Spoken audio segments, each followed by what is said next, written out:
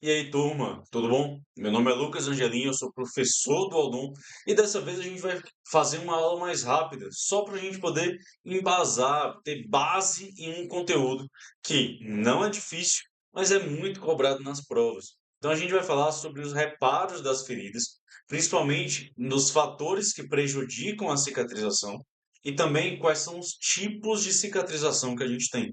Então não é um assunto difícil, é mais uma revisão para tudo aquilo que a gente já viu, mas principalmente essa parte dos tipos de cicatrização é muito fácil de ser entendido, porém vocês não podem errar, porque uma pessoa que quando está fazendo uma prova erra uma questão já é ruim, a pessoa já se sente mal por ter errado. Agora errar uma questão por falta de atenção ou errar uma questão fácil é muito pior. Então a gente vai falar desses fatores considerando inicialmente o indivíduo saudável. Porque a gente sabe que indivíduos que têm diabetes ou que tomam alguma medicação ou aqueles imunossuprimidos apresentam condições diferentes que vão prejudicar a cicatrização das feridas. Mas considerando o indivíduo saudável, quatro são os fatores que vão causar um prejuízo na cicatrização, seja cicatrização óssea ou cicatrização da própria pele, que é a presença de corpos estranhos, de um tecido necrosado, de isquemia e também de tensão na ferida. Então, imagina que você tem uma farpa no seu dedo. Você está sentindo dor. Você pode tomar antibiótico para prevenir uma infecção. Você pode tomar um anti-inflamatório para que previna ou controle mais a inflamação daquela região. Você pode tomar um analgésico, mas se você não remover a farpa, não vai melhorar.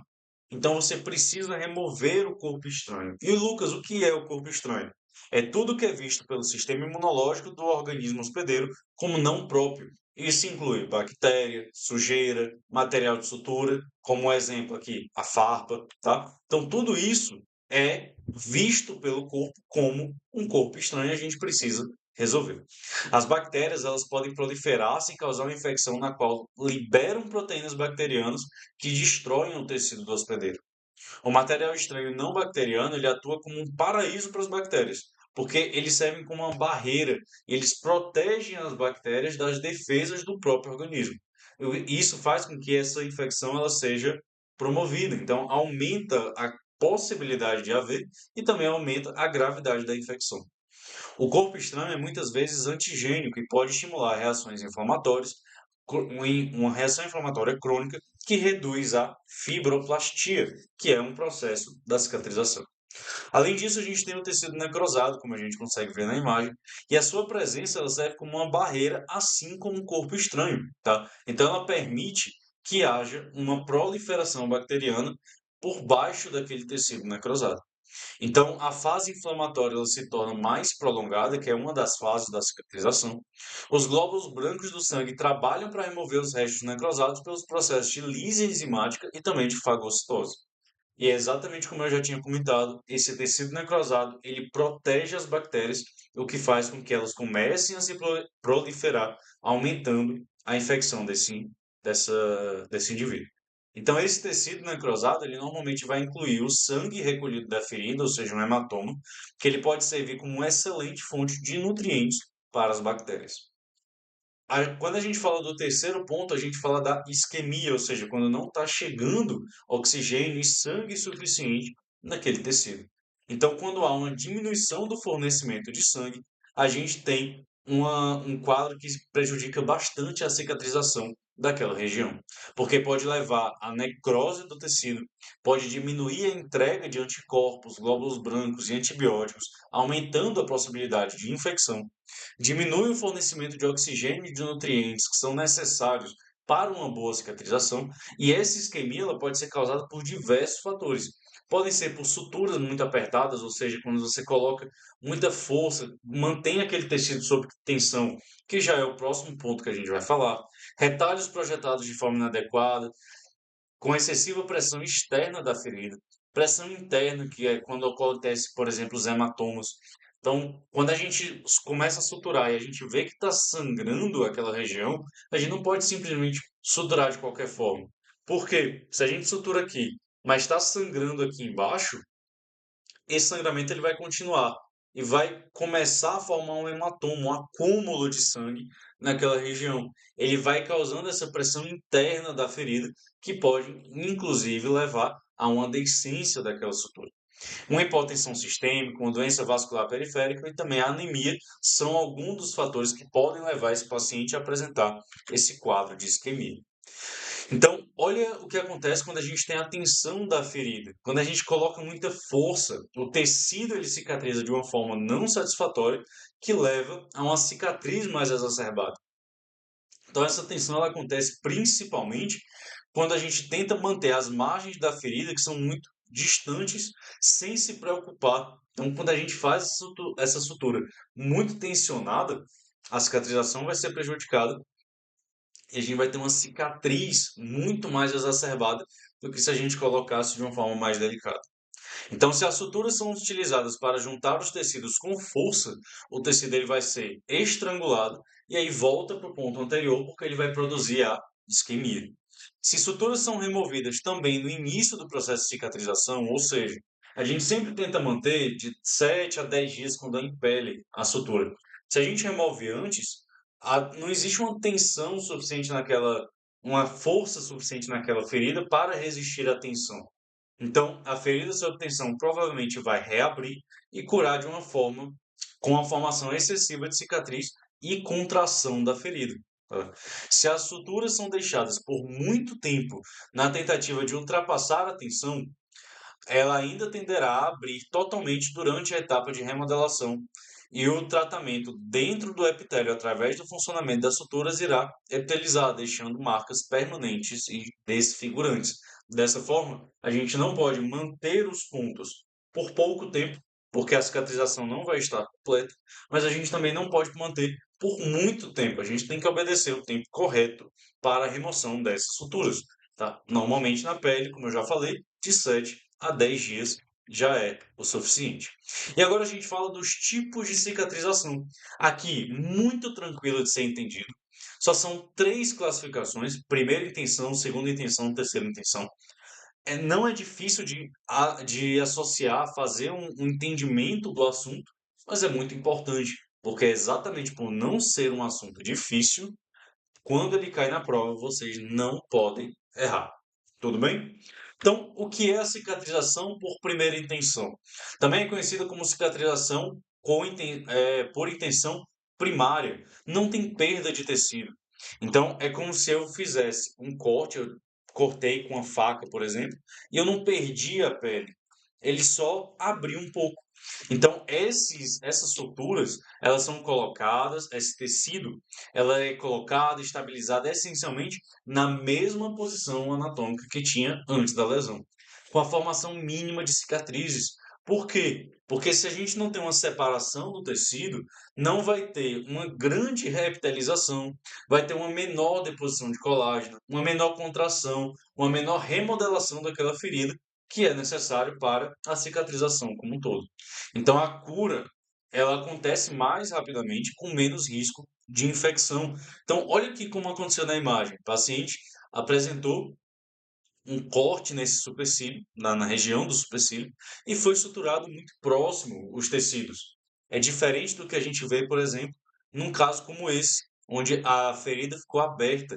E quando há perda de tecido, quando há perda de substância, a ferida fica aberta, é o que a gente chama de cicatrizar por segunda intenção ou intenção secundária. Quando a gente tem isso, existe um intervalo entre as margens da incisão ou da dilaceração após a reparação, tá? Exige uma grande quantidade de migração epitelial, deposição de colágeno, contração e remodelação da ferida durante esse processo de cicatrização. E com isso, o paciente ele vai desenvolver uma cicatriz maior, fica menos estético naquela região. Tá? Então a cura é mais lenta, produz mais cicatrizes, e como alguns exemplos que nós temos, cavidade de extração. Então, você remover um dente, você não vai encostar um osso no outro, ele aí vai ficar um espaço. E esse espaço cicatriza por segunda intenção ou intenção secundária. Feridas mal reduzidas, úlceras profundas e grandes lesões por avulsão em qualquer tecido mole. Quando eu falo avulsão, significa essa perda de substância, essa perda de tecido, tá certo?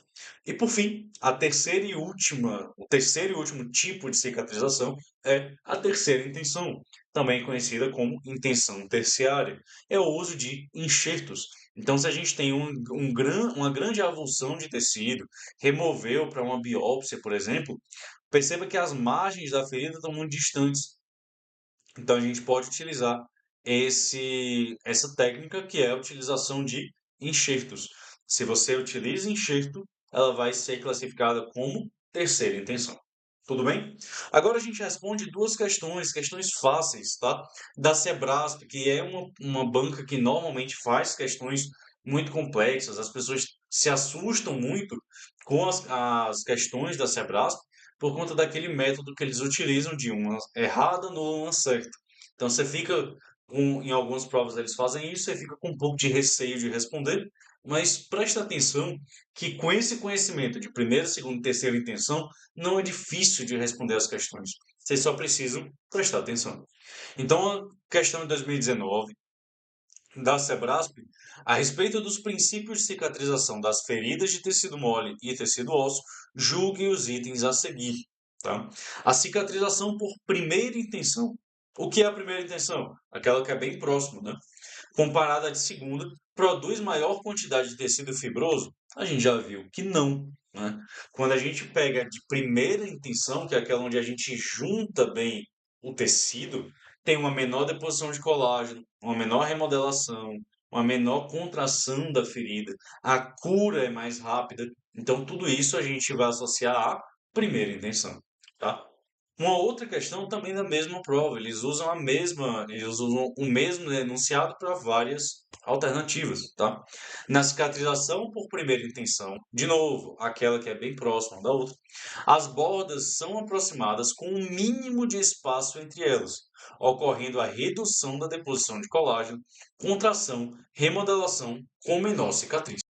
Então, levando a uma menor cicatriz. E a gente já viu exatamente sobre isso.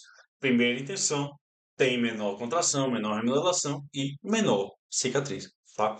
Pegando o mesmo enunciado que a gente já conversou, tá? Ainda da banca Sebrasp, a mesma coisa, só que uma outra alternativa que eles colocaram, a presença de tecido necrótico em feridas, como por exemplo o hematoma, pode prolongar o estágio inflamatório, pois esse tecido atua como barreira para células de reparação. E a gente viu exatamente isso, tá? O hematoma, o corpo estranho, tudo isso serve como uma barreira para aquela bactéria, para aquele agente que está causando a inflamação, a infecção. Então, o hematoma ele é um deles, tá? A gente tem que remover aquele tecido necrótico para permitir que o corpo ele tenha uma cicatrização da maneira satisfatória. E de novo, mesma coisa, tá? A mesma questão, só que uma diferente alternativa. Havendo a cicatrização por segunda intenção, haverá intensa migração epitelial. Até aí, certo ou errado? Certo, né? A gente sabe que tem mais migração. Porém, com pouca deposição de colágeno, que diminui a contração da ferida, a gente já viu que não, tá? Perdão, bati aqui.